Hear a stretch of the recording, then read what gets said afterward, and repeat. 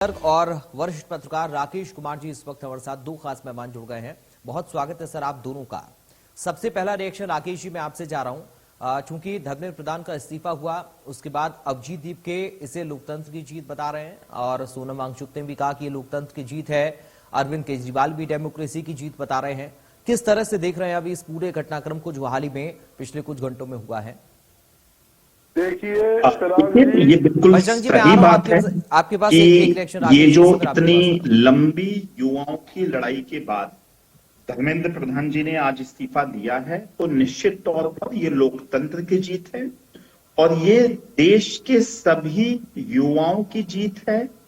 और जिन बच्चों ने नीट के पेपर की तैयारी की थी और पेपर लीक होने की वजह से उन सभी को पुनः एग्जाम देना पड़ा और जिस तरीके से कई बच्चों ने अपना जीवन त्याग दिया, उन्होंने सुसाइड अटेम्प्ट कर ली, उसको लेकर जिस तरीके से एक देश के युवाओं में एक नाराजगी थी और नाराजगी को उन्होंने अपने विरोध प्रदर्शन से सामने लेकर आए और जिस तरीके से ये इतना लंबा आंदोलन चला और उस आंदोलन के बाद जो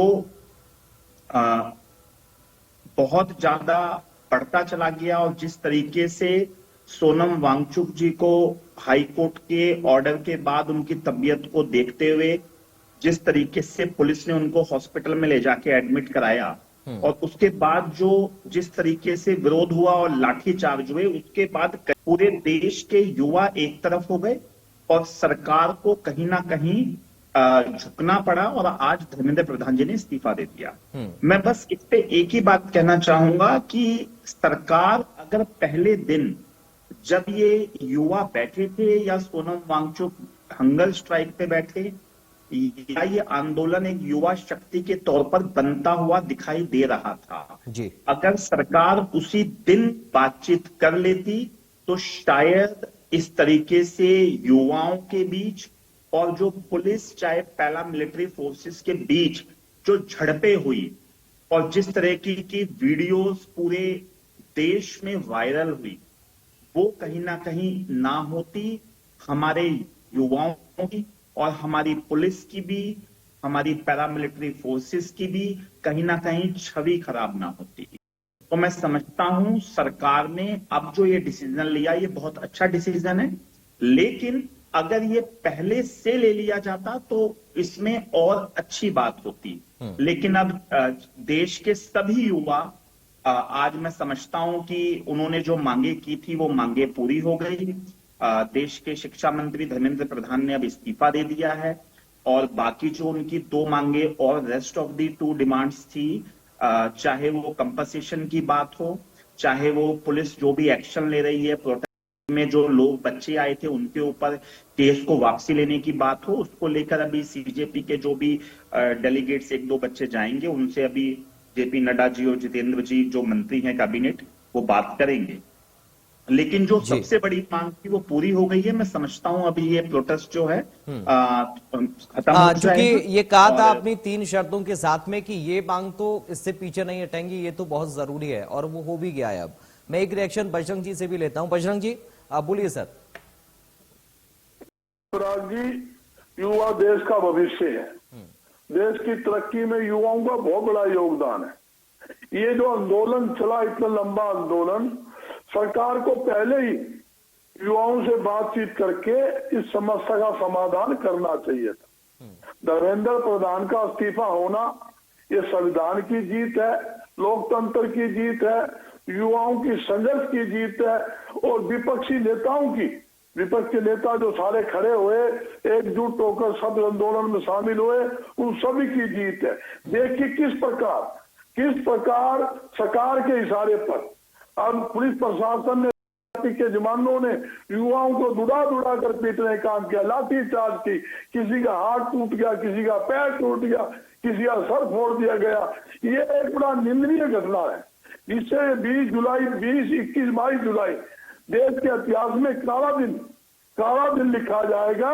जो देश का भविष्य है, देश का उज्जवल भविष्य के साथ जिस प्रकार शांति प्रिय आंदोलन को कुचलने का काम किया, आप देखिए आंदोलन तो कुचलने का काम किया नीट पेपर लीक होने से पूरा देश जंतर मंतर बनी, पूरा देश का युवा सड़कों पे हर स्टेट के अंदर आंदोलन हो रहे हैं और 21 युवाओं ने अपनी जान की कुर्बानी नीट पेपर लीक होने के कारण दे दी। मैं बताना चाहता हूं, देखिए सरकार क्या है, सरकार लाठी डंडे से विपक्ष की आवाज दबाना चाहती है, युवाओं की आवाज दबाना चाहती है और सरकार ने एक नया कानून लिया है। सरकार नया कानून लाके जैसे जो उन्होंने नियम लागू कर दिया एनएस से, मतलब यह होया कि 3 महीने से 12 महीने तक किसी को भी बगैर कुछ बताए हिरासत में रखा जा सकता है। ये एक सूखा होता है जो आपके सामने है। ये 1980 के अंदर ये कानून लागू हुआ था, इस सरकार ने ये लागू कर दिया और 6:30 बजे तक कनाट प्लेस के बाजार दुकानें बंद करने का नियम ले लिया। भाई यहाँ कोई दंगे ना हो, भाई दंगे होगा तो सरकार की जिम्मेदारी है।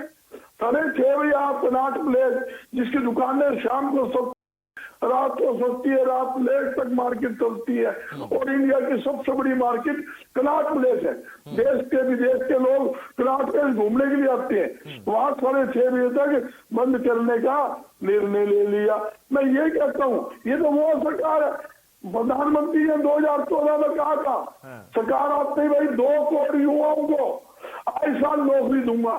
12 साल हो गए, बता दो कोई नौकरी नहीं हो। नौकरी देने के बजाय नौकरी छीनने का काम किया, नजरबंद कानून जो लाने का काम किया। और एक बात तो कहता हूँ, जब विपक्ष ने जनता की आवाज उठाई, युवा की आवाज उठाई, तो क्या किया उन्होंने? राहुल गांधी को पकड़ घसीट कर हाथ पैरों से उठाकर थाने में बंद कर दिया। 2 घंटे हमारा क्या, 2 घंटे बाद लिया गया, पैंट उसकी पैंट फटी हुई है, पीछे पीठ के ऊपर सारी मट्टी के निशान है, एक पैर का जूता गायब है, नाक में खून आ रहे हैं। बस आप सीएलपी नेता के साथ ऐसा करोगे, देश के सांसदों के साथ आप ऐसा गंदा व्यवहार करोगे, आम जनता के साथ ये सरकार कैसा व्यवहार करेगी, ये सोचने की बात है। आपने देखा आंदोलन के अंदर आरएसएस के, बीजेपी के शिविर के अंदर गुंडे डंडे लेके पीट रहे थे, सीआरपी के जवान बिना नेम प्लेट लिए डंडे बरसा रहे थे। और मैं पूछना चाहता हूँ भी आप नेम प्लेट कहाँ गई? ये सरकार की प्लानिंग थी कि इनको पीटना है, डंडे बरसाने हैं, इसलिए उनकी नाम की पहचान ना हो, नेम प्लेट उतरवा दी उनकी और सिविल वर्दी के अंदर वो बीजेपी के आरएसआई गुंडे भेज दिए। ये घिनौना काम सरकार ने किया और हाई बात सरकार जिद्दी करती है, प्रधानमंत्री जिद्दी करते हैं कि किसी कानून लाए पूरा किसान के हित में, किसी कीमत में वापिस नहीं लेंगे। 13.5 महीने सड़कों पर किसान ने आंदोलन किया, ओले आए, बारिश आई, गर्मी हुई, हटे नहीं, मगर सरकार ने आधा मिलूंगा, सरकार ने कहा ये किसान नहीं, ये आतंकवादी है, खालिस्तानी है। 750 किसान उस आंदोलन में शहीद हो गए। फिर प्रधानमंत्री जी टीवी पे आकर बोलते हैं भाई मेरी कमी रह गई, मेरी गलती रह गई, मैं समझा नहीं पाया, फिर किसी कानून वापिस लेता हूँ। ये बताना चाहता हूँ आपने सैकड़ों आदमी के सिर फोड़ दिए, पैर तोड़ दिए युवाओं के, फिर आप कहते हो धर्मेंद्र प्रधान का हम इस्तीफा ले रहे हैं और यही बात 700 किसान शहीद करवा कर फिर आप उसको आंदोलन को कहते भी हम कानून वापिस। ऐसा काम करती सरकार क्यों है? पहले गलत काम करे फिर बाद में हम वापिस लेते हैं, ऐसा नहीं होना चाहिए। मैं ये बताना चाहता हूँ सरकार को ऐसा काम नहीं करना चाहिए, देश के हित में फैसला लेना चाहिए। जब युवा पहले दिन से आंदोलन कर रहा है, पहले दिन से शोर कर गया धर्मेंद्र प्रधान। ठीक है सर, मैं आऊंगा, मैं लौटूंगा बजरंग जी आपके पास। राकेश जी, एक सवाल और मेरा है, चूंकि 3 मांगे रखी थी जो सीजेपी के दोनों प्रतिनिधि लगातार मिल रहे हैं और अभी भी कॉन्स्टिट्यूशन क्लब में पहुंचे हैं जेपी नड्डा, जितेंद्र सिंह, मुझे लगता है बैठक चल भी रही है, तो क्या अब उन 2 मांगों पर सहमति बन पाएगी? चूंकि सबसे कठिन मांग तो यही थी, धर्मेंद्र प्रधान का इस्तीफा, ये तो हो गया, लेकिन जो 2 मांगे हैं वो भी बड़ी हैं। उसमें जिन छात्रों की मौत हुई या उन्होंने आत्महत्या की, उनके परिवार को, चलिए राकेश जी हमारे साथ लगता नहीं है, मुझे अभी अभी जानकारी मिली है। हमारे साथ भारतीय जनता पार्टी से वैशाली तोमर जी जुड़ गई हैं। वैशाली जी, आपका बहुत स्वागत है। मैं आप ही के पास आ रहा हूं। आपको मेरी आवाज आ रही है? जी बिल्कुल, मुझे आवाज आ रही है। वैशाली जी, धर्मेंद्र जी का इस्तीफा तो हो गया, लेकिन बाकी और 2 मांगे हैं। अभी क्या तस्वीर आगे हम बनती हुई देखें, क्योंकि अभी बैठक चल भी रही मुझे लगता है। जी, बैठक चल रही है और देखिए आप जानते ही हैं कि किस तरह से भारतीय जनता पार्टी जो है वो हमेशा से संवेदनशील रही है बच्चों के लिए, छात्राओं के लिए, युवाओं के लिए, महिलाओं के लिए, और हर तरह से उन्होंने, लेकिन आप देखते हैं कि जिस तरह से विपक्ष का रुख होता है, जिस तरह से अनेक विरोधी ताकतें होती हैं, वो कहीं ना कहीं देश के हित से उन्हें कोई अर्थ उनका नहीं होता, किसी बच्चों के, युवाओं के हित से उनको कोई मतलब नहीं है। बजरंग जी, आ रहा हूं सर, अभी तो आई है वैशाली जी, उनको बात तो पूरी कर लेने दीजिए अपनी। बजरंग जी, आज अब तो इनको खुश हो जाना चाहिए। अब तो मुझे लगता है कि इनको मौन धारण कर लेना चाहिए कि जिस तरह से कह रहे थे, मांगे तो इनकी यही थी शुरुआत में कि इस्तीफा दें, उन्होंने तो खुद ही इस्तीफा दे दिया। अब तो इनको मेरे हिसाब से शांत हो जाना चाहिए। लेकिन अभी भी आप देखिएगा जिस तरह से इनकी जो मंशा है, इनको कोई मतलब नहीं है धर्मेंद्र प्रधान जी से, उन छात्राओं से, नीट से, इस देश से कहीं अराजकता फैलाने से, कहीं भी कोई दंगा फसाद करने से इनको कोई मतलब नहीं। इनका मसला, इनका जो मकसद है, इनकी जो सोच है वो बहुत ही अलग है और वो धीरे धीरे सामने आई हुई है और वो आएगी, आप देखिएगा। लेकिन रही बात, मैं कहना चाहूंगी, अस्तो मा सद्गमय तमसो मा ज्योतिर्गमय मृत्युर्मा मृतय गमः। तो धर्मेंद्र प्रधान जी का जो भारतीय राजनीति, धर्मेंद्र प्रधान जी कोई सामान्य व्यक्ति नहीं है। धर्मेंद्र प्रधान जी भारतीय राजनीति में उन नेताओं में से हैं जिन्होंने संगठन, सरकार दोनों में अपनी कार्यशैली, अनुशासन, समर्पण के लिए अपनी एक अलग पहचान बनाई है। और आज जिस तरह से उन्होंने बच्चों के प्रति संवेदनशीलता दिखाते हुए, उनके दुखी मन से, आपने देखा है कि एक शब्द में किस तरह से बच्चों के प्रति जिम्मेदारी और किस तरह से उनके भविष्य के प्रति उनकी जिम्मेदारी दिखाई दे रही थी, वो इस बात का प्रमाण है कि भारतीय जनता पार्टी में मेहनत और प्रतिबद्धता का सम्मान है। धर्मेंद्र प्रधान जी एक कार्यकर्ता से लेकर केंद्रीय मंत्री तक उनकी एक यात्रा इस बात का प्रमाण है कि भारतीय जनता पार्टी में मेहनत का और प्रतिबद्धता का कितना सम्मान होता है। उन्होंने शिक्षा मंत्रालय, कौशल विकास, पेट्रोलियम, ऊर्जा जैसे महत्वपूर्ण मंत्रालयों में काम किया है। तो उनका आप अनुभव देखिए कितना है और किस तरह से उन्होंने अपने आप को बेदाग छवि के साथ उन्होंने काम करते हुए नीति निर्माण और प्रशासनिक सुधारों पर विशेष ध्यान दिया। उनकी कार्यशैली हमेशा रिजल्ट ओरिएंटेड रही, अकाउंटेबल रही, रिफॉर्म ड्राइवन रही। तो किस तरह से ऐसे व्यक्ति पर जब आक्षेप किए जाते हैं, उंगली उठाई जाती है, तो उसकी आत्मा तक दुखी होती है। जहां उन्होंने अपने उनके इस्तीफे का प्रश्न है, वो तो पहले दिन भी इस्तीफा देते, उनको कोई लगाव किसी सत्ता से नहीं है। उनको जिस तरह का उनका किरदार रहा है और इन्होंने उनके किरदार को जिस तरह से मैं ये कहूंगी कि उन पर उंगली उठाने का, उन पर उनके चरित्र को हनन करने का, उन पर किस तरह से गैर जिम्मेदारन इन्होंने शब्द शैली से उनको आहत किया है, ये बहुत ही राजनीतिक परिवेश में मैं कहूंगी ये बहुत ही गलत है। अगर इस्तीफा मांगना है तो अभी 19 जुलाई को पंजाब में मांग ले, पंजाब के मुख्यमंत्री से इस्तीफा मांग ले। वहां पे फार्मेसी का जो पेपर है वो लीक हुआ है। खुद इनके जो मुख्यमंत्री थे उनके खिलाफ इनके जो वाइस मुख्यमंत्री थे उन्होंने सचिन पायलट ने इस्तीफा मांगा था, क्या इन्होंने दे दिया था। लेकिन उसके साथ साथ मैं ये भी इनको बताना चाहूंगी कि भारतीय जनता पार्टी जो है वो हमेशा अकाउंटेबिलिटी और मोरल रिस्पॉन्सिबिलिटी की राजनीति में विश्वास करती है। ठीक है, धर्मेंद्र प्रधान जी ने स्वयं कहा कि छात्रों का भविष्य, राष्ट्र हित और शिक्षा में व्यवस्था से जन विश्वास किसी भी पद से बड़ा नहीं हो सकता। तो मुझे नहीं लगता कि अब भी ये इनको कोई इस तरह का मसला है, इस तरह की समस्या है। लेकिन आप देखिएगा, ना ही इनका मसला खत्म होने वाला, ना ही इनका समस्या खत्म होने वाला, मकसद कुछ और है। पहले तो कहा जाता था कि पहले तो कहा जाता था कि जिस तरह से कि हंगामा खड़ा करना कुछ हंगामा खड़ा करना मेरी आदत नहीं, या मतलब मैं तस्वीर बदलनी चाहिए। लेकिन इनको तस्वीर बदलने में विश्वास नहीं है। अगर ये तस्वीर सही में युवाओं का भविष्य बदलने की बात करते हैं, आपको मैं बताना चाहूंगी कि विपक्ष का कोई भी व्यक्ति बैठा हुआ नहीं चाहता है कि युवाओं के भविष्य की तस्वीर बदले। अगर युवाओं की भविष्य की तस्वीर बदलती ना, तो इनको ये ध्यान रखना चाहिए कि 16 से पहले जब नीट की परीक्षाएं होती थी, बच्चों के रिजल्ट आते थे, 20 लाख, 30 लाख, 40 लाख, 50 लाख में डॉक्टरी की सीट बिकती थी। उसके बाद ये योग्यता के अनुसार जिम्मेदारी से बच्चे पढ़ाई करें और गरीब का बच्चा भी आके डॉक्टर बन सके। मुख्य प्रधानमंत्री जी ने अपनी योजनाओं के माध्यम से, अपनी नीतियों के माध्यम से, अपने निर्णयों के माध्यम से नीट को उतारा, ताकि निष्पक्ष होकर एक बच्चा, एक गरीब का बच्चा, एक सामान्य परिवार का बच्चा अपने आप को प्रूव करके डॉक्टर बन चलिए सके, सपना पूरा ठीक है, कर मैं सके। लौटूंगा लेकिन आपके पास में लोकतांत्रिक बजरंग मर्यादा दास जी से एक और रिएक्शन, सरकारी चूंकि राष्ट्रहित ठीक है, चूंकि बजरंग दास इनके जी लिए सरोपरि नहीं है। ठीक है बजरंग दास जी, ठीक है बजरंग दास जी, अब शुरुआत तो हो गई है केंद्र से, अगर राज्यों में भी ये परंपरा शुरू हुई तब भी क्या आप लोग इसका समर्थन करेंगे फिर? देखिए पराग जी, सबसे मोटी बात क्या है, मेरी बहन जी ने कह दिया भी विपक्ष ये चाहता था इस्तीफा हो। ये काम अगर पहले दिन हो जाता, 21 बच्चे जान नहीं कमाते, सैकड़ों हमारे युवा, हमारी छात्राएं जिनको दुड़ा दुड़ा पिटा गया। एक बात सुनिए, इनका जो ये बोल रहे हैं ना, इनके सवाल का जवाब मैं ही दे देती हूँ प्रयाग जी। ये फालतू में समय बर्बाद करेंगे और जनता को बदलाएंगे, ये बोलेंगे। मैं बता देती हूँ बजरंग दास जी, आप ये कहोगे कि पहले दिन क्यों नहीं इस्तीफा दिया, अब मैं बताती हूँ क्यों नहीं दिया। सुन तो लो, नोटिस तो है नहीं, बैठ जाते हैं यहाँ पे बकवास करने के लिए। आपको पता होना चाहिए, सुन तो लो।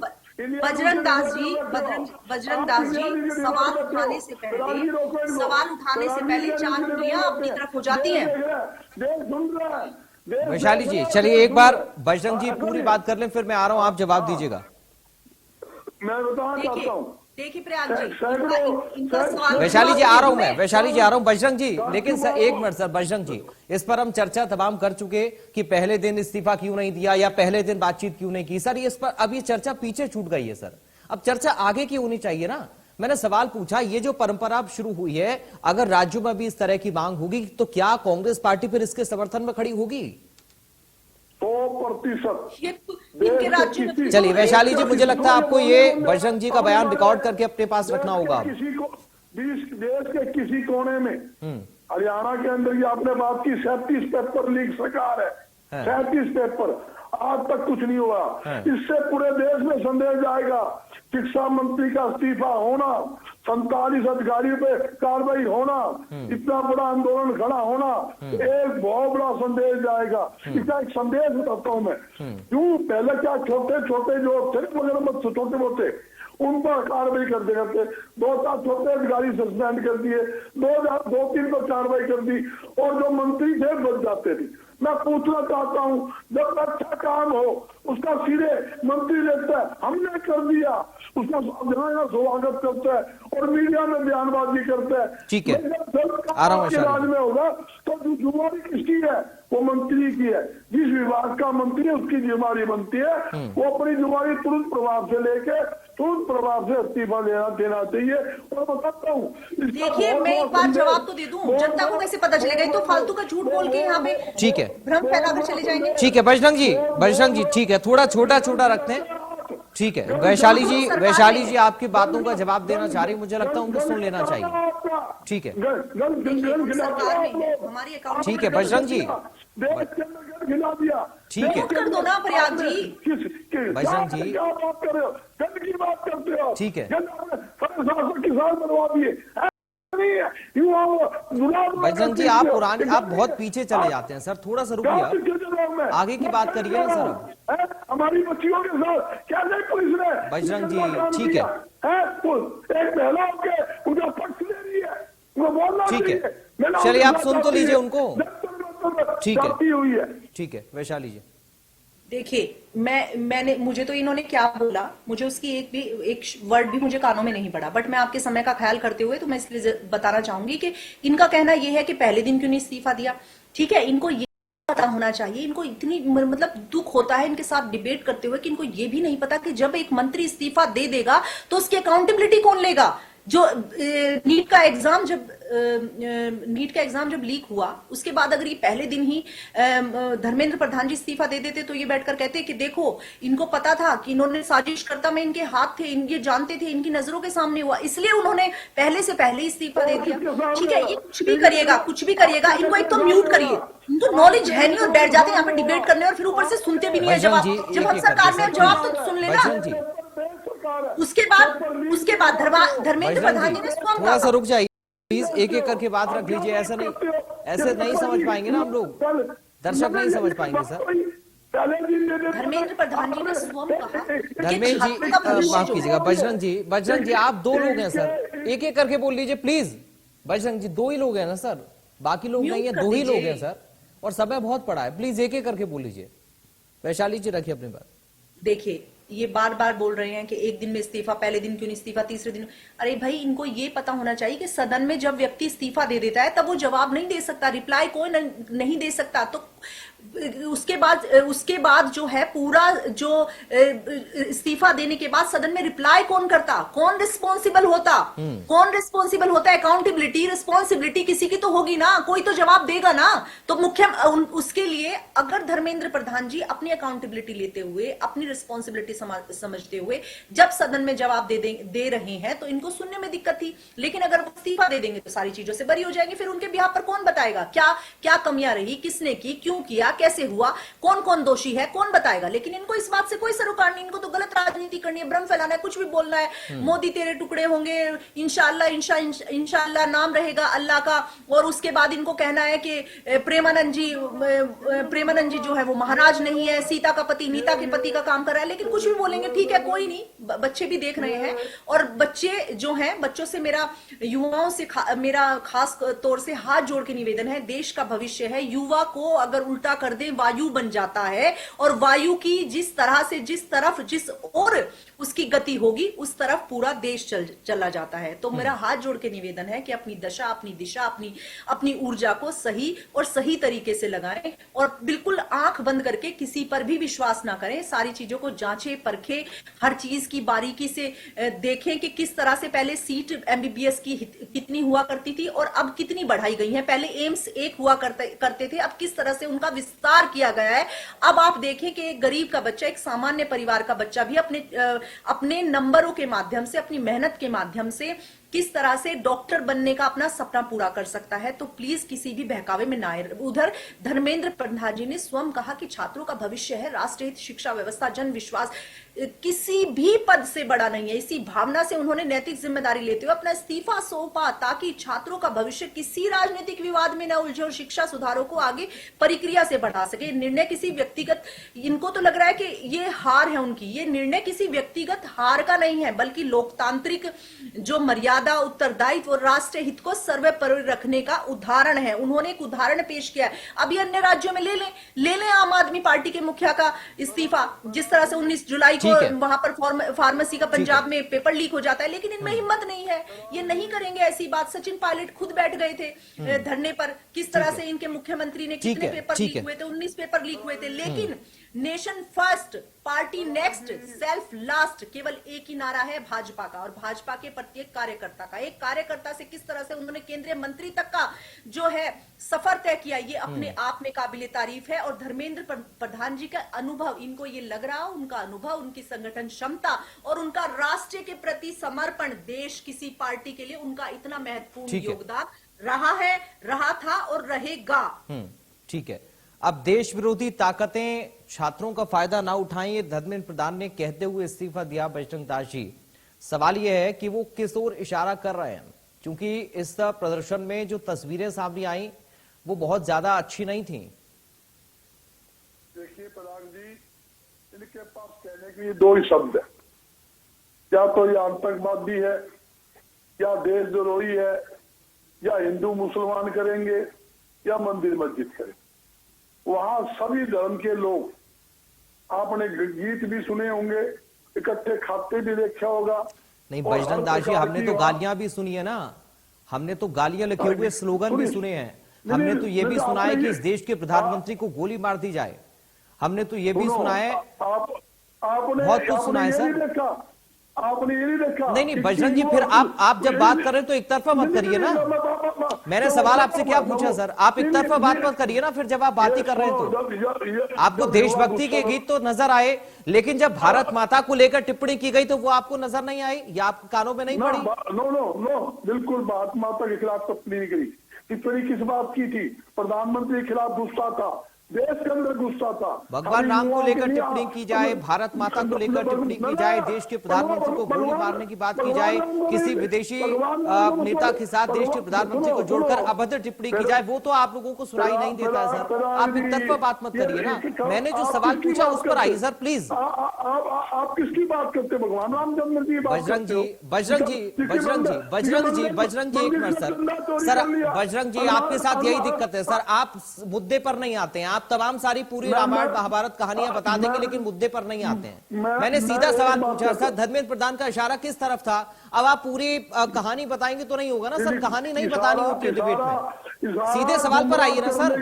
आपने एक तरफा बात क्यों की? फिर मैंने तो आपसे कहा नहीं था, आपने सवाल किया तो फिर मैंने भी उसका जवाब दे दिया। अब मेरे भी सवाल का जवाब दीजिए ना सर। मैं आपके सवाल जवाब दे रहा हूं। उनका मुख्य एजेंडा है, भारतीय जनता पार्टी का आरएसएस का मुख्य एजेंडा है, और कोई बात ना चले तो ये आप इसकी तरफ घुमाओ, ये हिंदू और मुसलमान की तरफ घुमाओ, धर्म की तरफ घुमाओ, ताकि जनता बजरंग दास जी एक मिनट सर, बजरंग दास जी एक मिनट सुन लीजिए मेरी बात। बजरंग दास जी मेरी भी तो बात सुनिए ना, मेरी भी तो बात सुनिए सर। आप ही बोल रहे हो, मुझे बोल ही नहीं दे रहे। मुझे पूरी बात तो पूरी करने दो। चलिए बात पूरी करिए, फिर मैं आपको बताऊंगा। मैं ये कह रहा हूँ, आप इनका इतिहास खा के देख लो। उन्होंने वही मतलब लाइन लिखी जो उनके इतिहास के अंदर है कि ये चाहते हैं कि बच्चों का दिमाग जो है ध्यान डिवाइड कर दो, देश के लोगों का ध्यान है वो एक तरफ कर दो कि ये हिंदू मुसलमान था, मोहम्मद ये हो गया।